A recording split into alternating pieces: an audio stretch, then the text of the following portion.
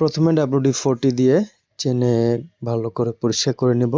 চাকা এইভাবে ঘুরিয়ে ঘুরিয়ে সুন্দরভাবে WD-40 স্প্রে করে দিব চাকাতে সুন্দরভাবে।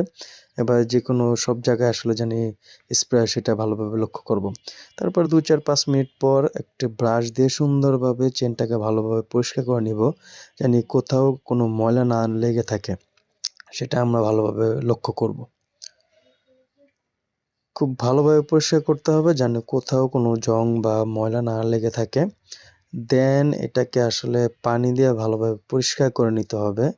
পানি দিয়ে ভালো করে সব পুরো চেনটাকে ভালোভাবে পরিষ্কার করে নিয়ে যেকোনো একটা কাপড় দিয়ে আসলে পরিষ্কার করে নিতে হবে।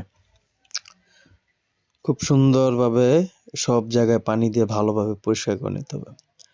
দেন পরিষ্কার করার পরে আপনাদের কাছে যদি লুব্রিকেট কেমিক্যাল থাকে সেটা দিলে সবচেয়ে ভালো হয়। আমার কাছে যেহেতু নাই, আমি সেহেতু পুরানো অয়েল দিয়ে আসলে এটাকে মসৃণ করার চেষ্টা করছি। এটাও দিলে অবশ্য ঠিক হয় না, কিন্তু আপনারা চেষ্টা করবেন ভালো লুব্রিকেন্ট অয়েল বা কেমিক্যাল দেওয়ার চেষ্টা করবেন। আর জাস্ট এটা দিয়েছি জানি চেনটা একটু মসৃণ থাকে।